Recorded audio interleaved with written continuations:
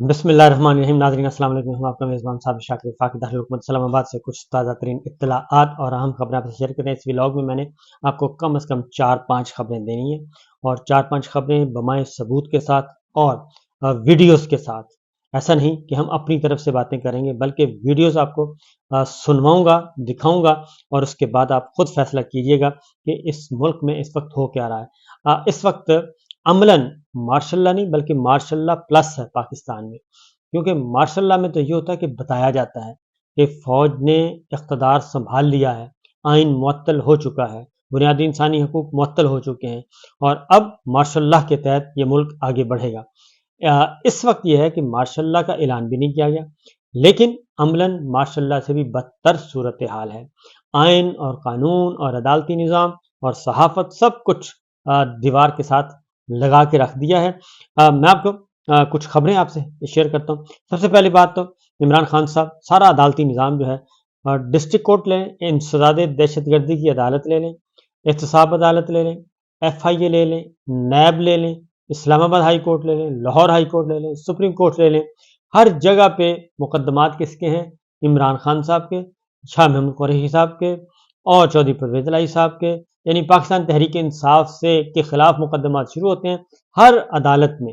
خواہ لاہور ہے، خواہ وہ اسلام آباد ہے، خواہ وہ ڈسٹرکٹ کورٹ ہے، خواہ وہ سپریم کورٹ ہے، ان کے خلاف مقدمات کی بھرمار ہے. تو انہی میں سے ایک مقدمہ جی 190 ملین جس کو کہا جاتا ہے. اچھا، یہ 190 million supreme court of Pakistan قومی خزانے میں پڑا ہے اور اس وقت نیب نے یہ جشن منایا تھا. یہ جو القادر ٹرسٹ بنایا نا، ریفرنس بنانے کی کوشش کر رہے ہیں عمران خان صاحب کے خلاف، نیب نے جشن منایا تھا کہ ہم نے 190 ملین پاؤنڈ ریکور کر کے قومی خزانے میں جمع کروا دیے ہیں.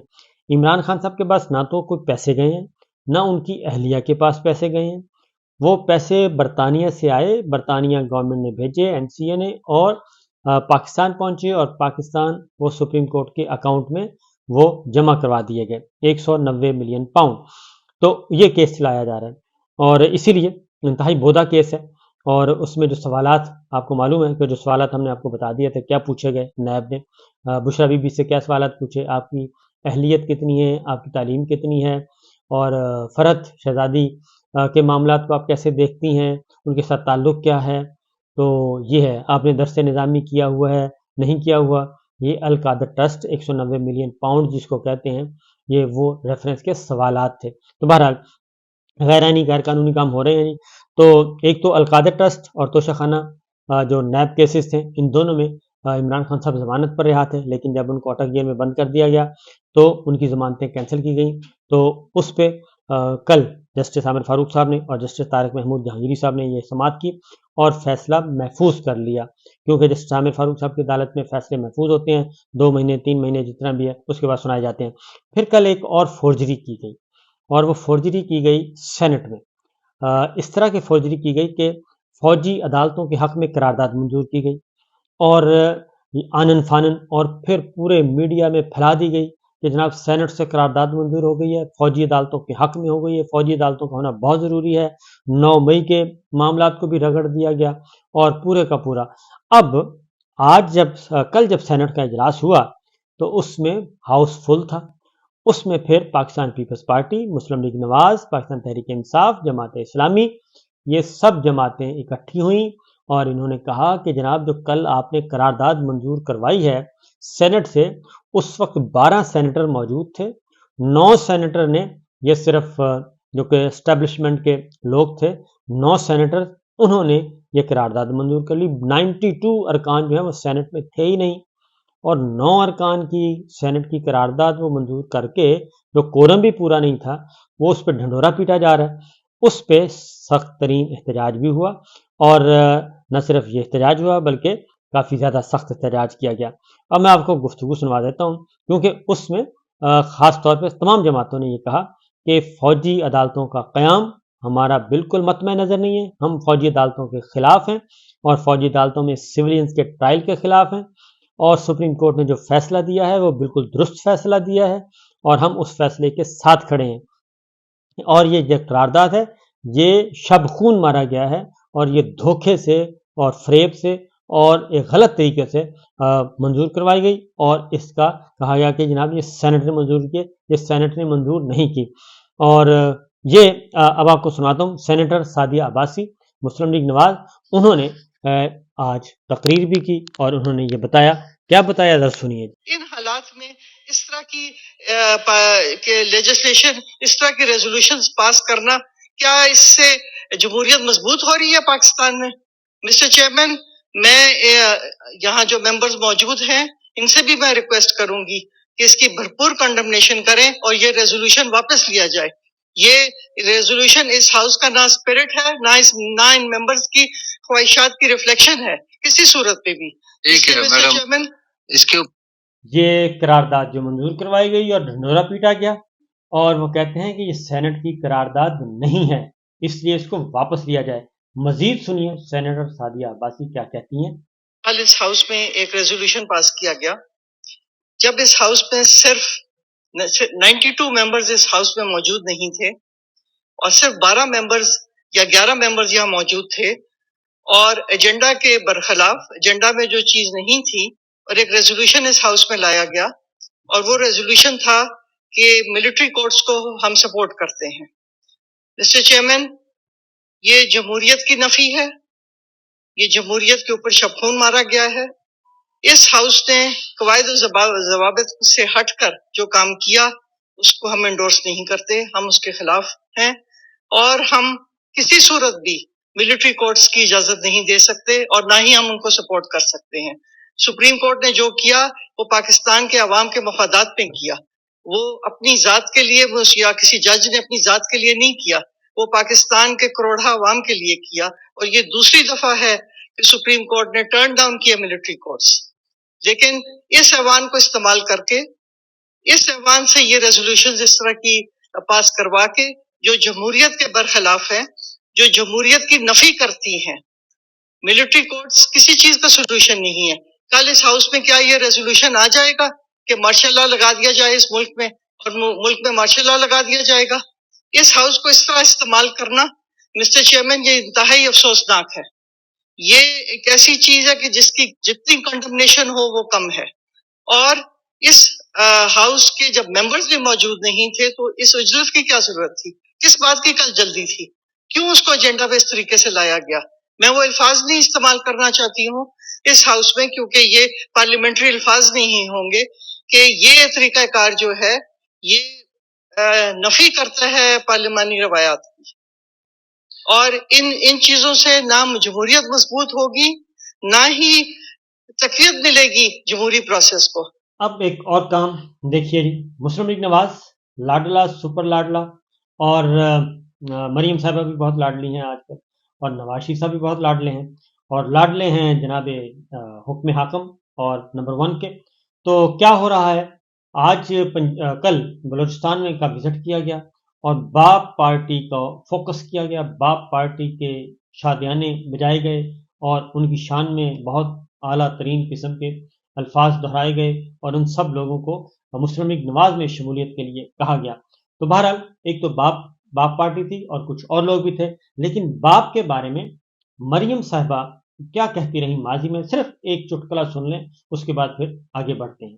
بلوچستان کے میرے بھائیوں اور بہنوں،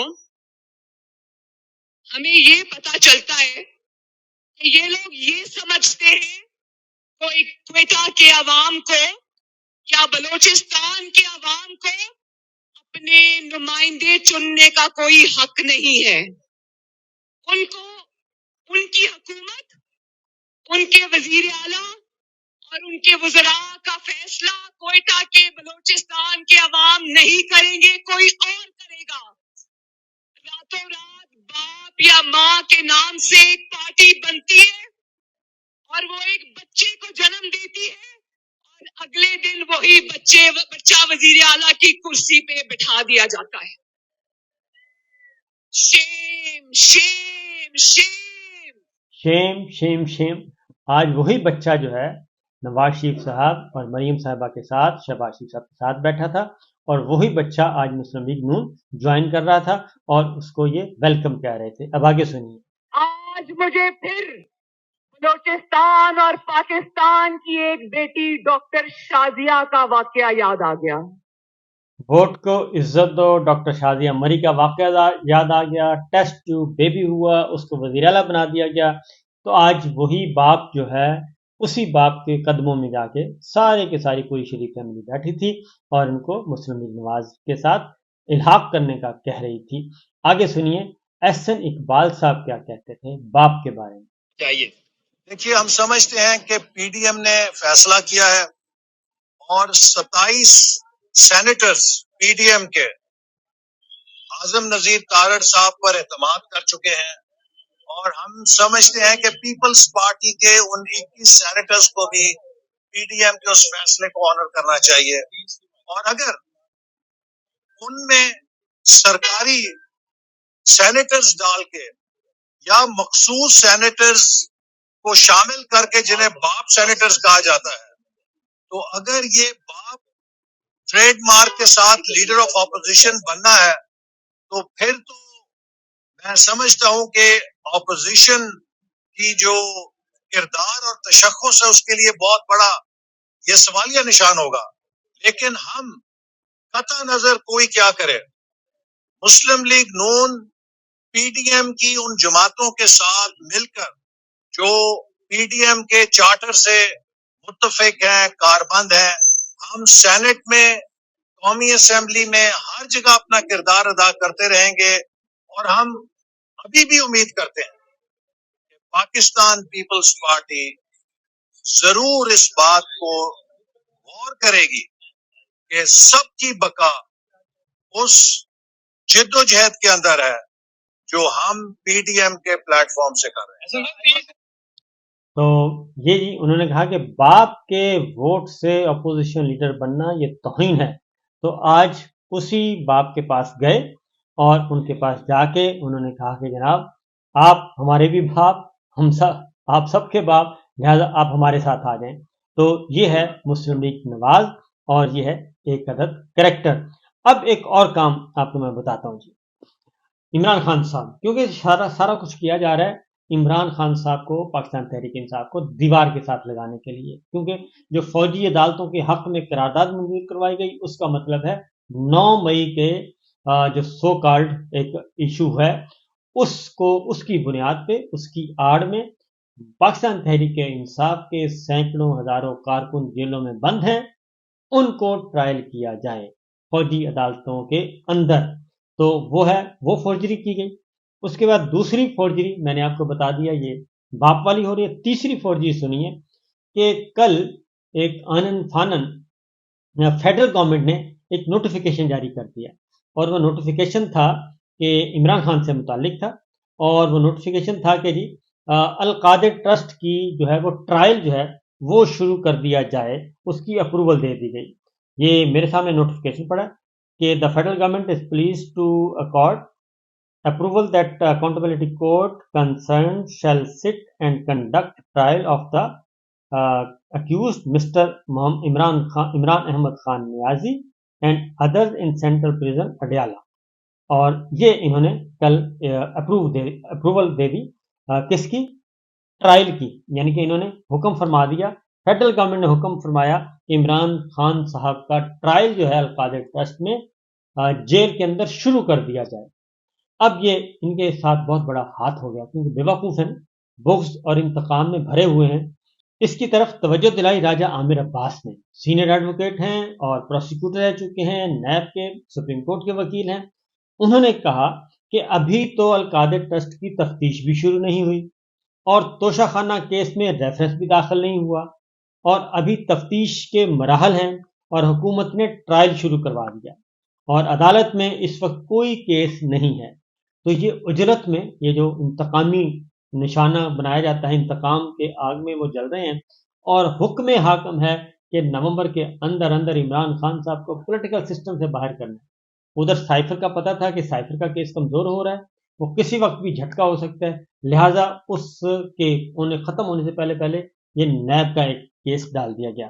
تو راجہ عامر عباس کہتے ہیں کہ اس بنیاد پہ حکومت کو فارغ ہو جانا چاہیے کہ انہوں نے کیونکہ نیب کا قانون الگ، نیب آرڈیننس الگ، نیب کا ادارہ الگ انڈیپینڈنٹ، لیکن اس کا لیے حکم کون دے رہا ہے؟ حکم دے رہے ہیں جناب فیڈرل گورنمنٹ. اور یہی کچھ انہوں نے جو سائفر کیس میں کیا. اپنی پسند کا سارا کام گورنمنٹ کر انتظامیہ کر رہی ہے، حکومت کر رہی ہے، جج اپوائنٹ کر رہی ہے، ٹرائل کی اجازت دے رہی ہے، انلیگل ٹرائل ہو رہا ہے، وہ سارا کچھ کر رہے ہیں.